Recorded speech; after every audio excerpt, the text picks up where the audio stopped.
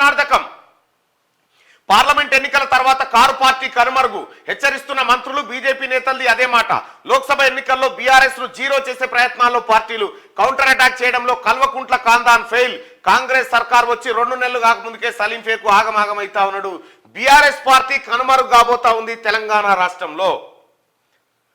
తెలంగాణలో కేసీఆర్ శకం ముగిసింది.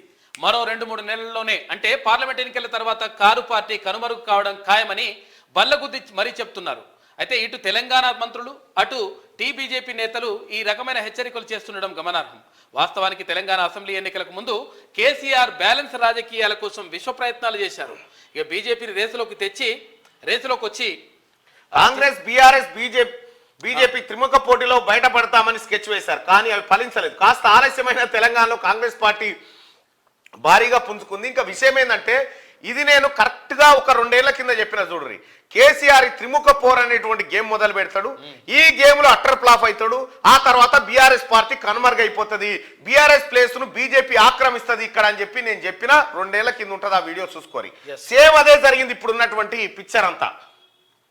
రేపు పొద్దుగాల హరీష్ రావు కూడా టీఆర్ఎస్ పార్టీలో ఉంటాడో ఎటన్నా చేరుతాడో ఇంకా అది డౌట్ అయినటువంటి పరిస్థితి. ఎందుకంటే ఇప్పటికీ అల్లకల్లోలం అయిపోయింది టీఆర్ఎస్ పార్టీ.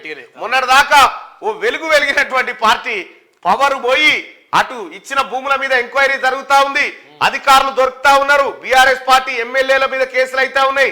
పల్లా రాజేశ్వర రెడ్డి మీద మళ్ళీ కేసు అయింది, భూ కబ్జా కేసులు.